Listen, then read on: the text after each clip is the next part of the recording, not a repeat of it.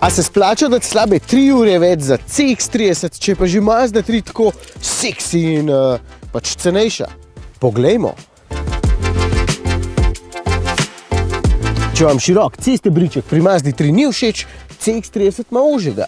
Če že res potrebujete križanca, CX-30 je višji in ima ogromno plastike. Če vam je 358 litrov Mazde 3 premalo, tukaj je litrov 430, ampak boste dobili prazen prtljažnik.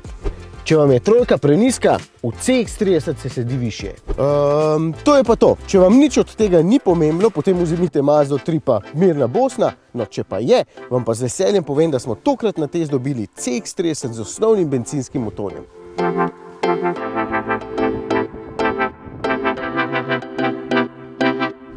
Dizelsko smo že preizkusili in sem bil kar zadovoljen z motorjem, s tem 122 konjskim bencinerjem pa je zgodba v bistvu zelo podobna. Za normalno in precej varčno vožnjo je ta 4-valjnik dovolj, evo, trenutno imam porabo 7,8 litra, za čim hitrejši pospešek do 100 ga bo pa seveda treba priganjati. Motor se sicer rad vrti, tudi zvok je zaradi 2 litrov prostornine dokaj simpatičen, ampak danes, ko smo vsi vajeni turbin tudi pri bencinerjih, zna to marsikoga motiti.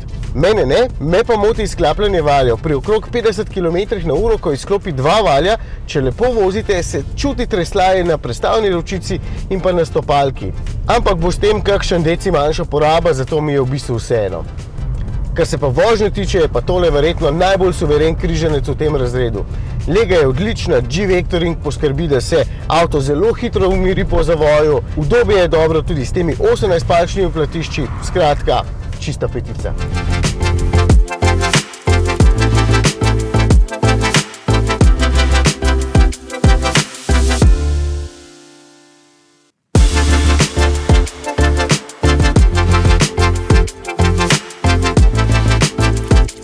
Torej, osnovni CX-30 je od trojke dražji za približno 2900 evrov, tale z nekaj več opreme in boljšo barvo pa skupaj na koncu stane 24 740 evrov. Cena v bistvu ni slaba, treba se pa pač prepričati, če je ta motor za vas dovolj zmogljiv, sicer bo treba doplačati pa za X180.